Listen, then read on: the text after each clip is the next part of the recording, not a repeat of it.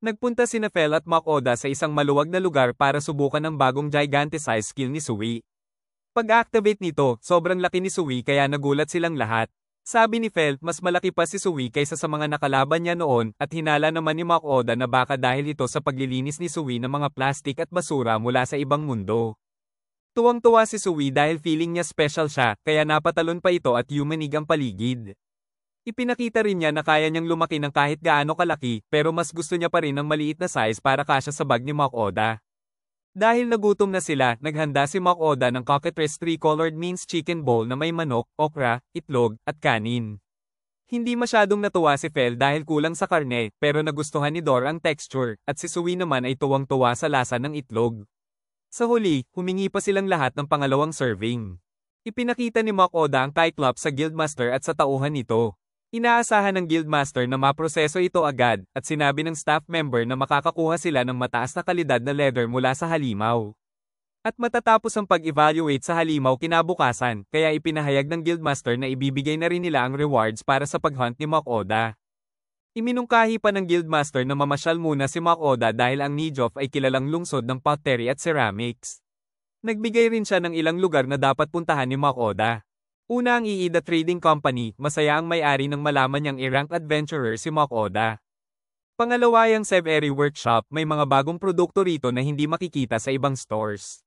Namataan pa ni Makoda ang isang basong may auto cooling at naisip niyang perfect ito para sa beer. Pangatlo ay ang Doven Workshop, sikat sa floral ceramics at paborito ng maraming babaeng customer. Masaya si Makoda sa mga nabili niya kahit umabot ng 168 gold coins ang lahat. Napansin niya naman na tila may iniisip si Fel kaya tinanong niya ito. Sagot ni Fel, kailangan na raw nilang pumunta sa isang dungeon.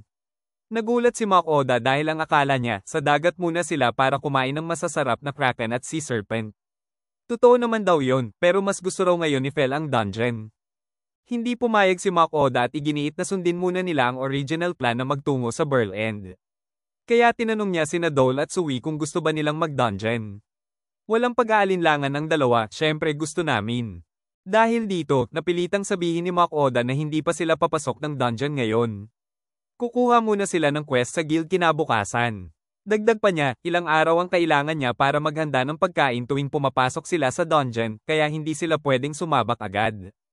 Sinang-ayunan na rin ito ni Fel at nagsabing kung karne ang ihahain ngayong gabi, tatanggap siya ng guild quest bukas. Tinanong ni Makoda ang staff kung tapos na ang pagproseso sa mga halimaw at sinabi nitong natapos na pero medyo matatagalan ang paglabas ng kabayaran.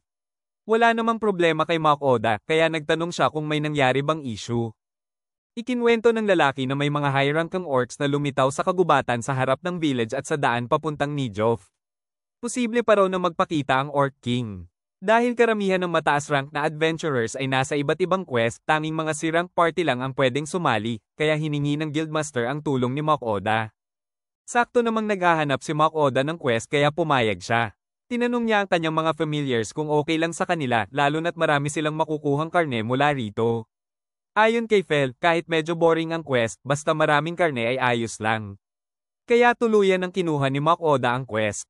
Pinakilala ng Guildmaster ang party na sasama kay Makoda, ang Shadow Warrior. Tumayo ang kalbong maskulado at nagpakilalang Alonso, at sinabi niyang isang karangalan ang makasama ang isang A-rank adventurer. Ipinakilala rin niya ang iba pa niyang kasamahan na masaya ring nakipagbati kay Makoda. Hindi rin sila makapaniwalang isang Fenrir ang familiar niya. Idinagdag pa ni Makoda na kasama rin niya si Dora Chan, ang Pixie Dragon, at si Sui, ang Slime. Nabanggit niyang natalo nila ang Dolan Dungeon na lalo pang nagpahanga sa grupo. Sa isip naman ni Makoda, kahit nakakatakot ang dating ng Shadow Warrior, mababait pala sila. Tinanong ni Makoda kung saan matatagpuan ang mga orc. Sagot ng Guildmaster, kailangan nilang maglakad ng isang buong araw para marating ang lugar. Para mapabilis ang biyahe, naisip ni Makoda na gumamit na lang sila ng transportation lalo na't aalis na rin sila ng bayan kinabukasan. Nagulat ang Shadow Warrior Party nang makita nila ang napakalaking Sui, ngayon lang sila nakakita ng ganitong slime. Ngumiti si Makoda at inaya silang sumakay kay Sui, pero halata ang takot sa kanilang mga mukha. Agad silang umalis at mabilis na nakarating sa lugar ng mga orc.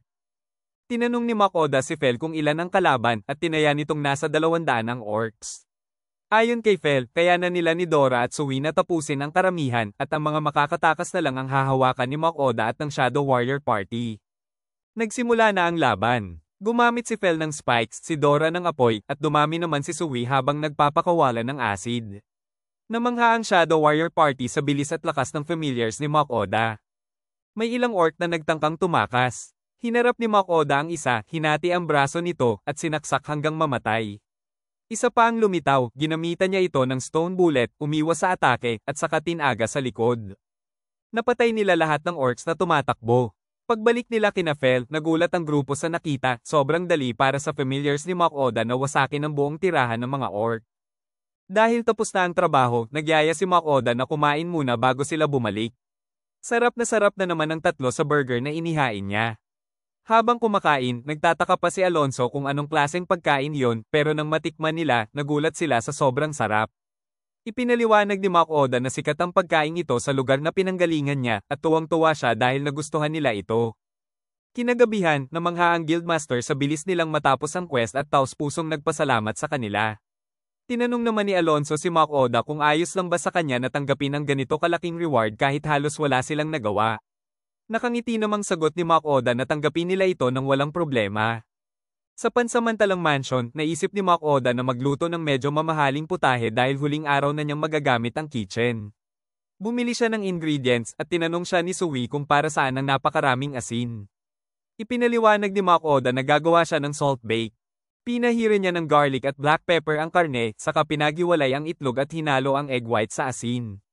Dinagdagan niya ito ng sariwang rosemary at hinalo hanggang maging malambot ang mixture. Binalot niya ang karne sa lettuce, inilatag ang salt mix sa pan, inilagay ang karne, at tinakpan ng asin bago i-bake sa oven. Habang pinapalamig ang karne, gumawa si Mach Oda ng sauce gamit ang egg yolks at whole grain mustard, at pinahalo niya ito kay Sui. Tinawag din niya sina Fel at Dor para kumain. Nagulat ang dalawa dahil wala pa silang nakikitang dinner hanggang sa pinukpok ni Mach Oda ang tumigas na asin at lumabas ang karne. Namangha si Fel agad. Hiniwa ni Mach Oda ang Bloody Hornbull salt bake at nilagyan ng sauce.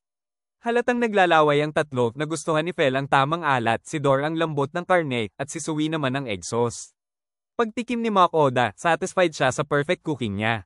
Pagkatapos, inilabas pa niya ang iba't ibang desserts na lalo pang ikinatuwa ng tatlo. At dito natapos ang kanilang nakakapagod pero masarap na araw. Kinaumagahan, ibinigay na ng Guildmaster ang kabayaran para sa mga halimaw na umabot sa 161 gold coins. Hinikayat niya rin sina Mach Oda na bumisita muli sa kanilang bayan at sinabi niyang inaabangan nila ang pagbabalik nito. Pagkatapos nito, muling nagsimula ang paglalakbay ng grupo patungo sa Burl End. Nag-enjoy ka ba sa episode na to? Kung oo, palike naman ng video at huwag kalimutang mag-subscribe sa aming channel. Malaking tulong yun para sa amin bilang small content creators. Maraming salamat po, arigatou gozaimasu.